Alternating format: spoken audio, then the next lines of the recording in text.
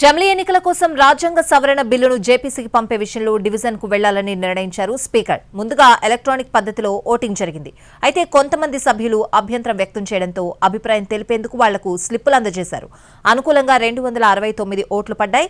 198 మంది వ్యతిరేకించినట్టు స్పీకర్ ఓం బిర్లా స్పష్టం చేశారు. దీంతో బిల్లును జేపీసీకి పంపుతున్నట్టు తెలిపారు ఓం బిర్లా. मतदान में करेक्शन करें।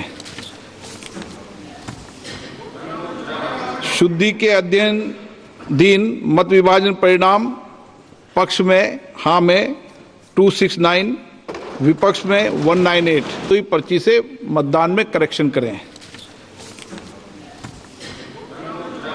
शुद्धि के अधीन मत विभाजन परिणाम पक्ष में हाँ में 269, विपक्ष में 198।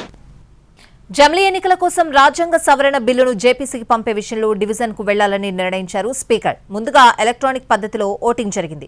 అయితే కొంతమంది సభ్యులు అభ్యంతరం వ్యక్తం చేయడంతో అభిప్రాయం తెలిపేందుకు వాళ్లకు స్లిప్పులు అందజేశారు. అనుకూలంగా 269 ఓట్లు పడ్డాయి. 198 మంది వ్యతిరేకించినట్టు స్పీకర్ ఓం బిర్లా స్పష్టం చేశారు. దీంతో బిల్లును జేపీసీకి పంపుతున్నట్టు తెలిపారు ఓం బిర్లా. मतदान में करेक्शन करें। शुद्धि के अधीन मत विभाजन परिणाम पक्ष में हाँ में 269, विपक्ष में 198। तो ये पर्ची से मतदान में करेक्शन करें।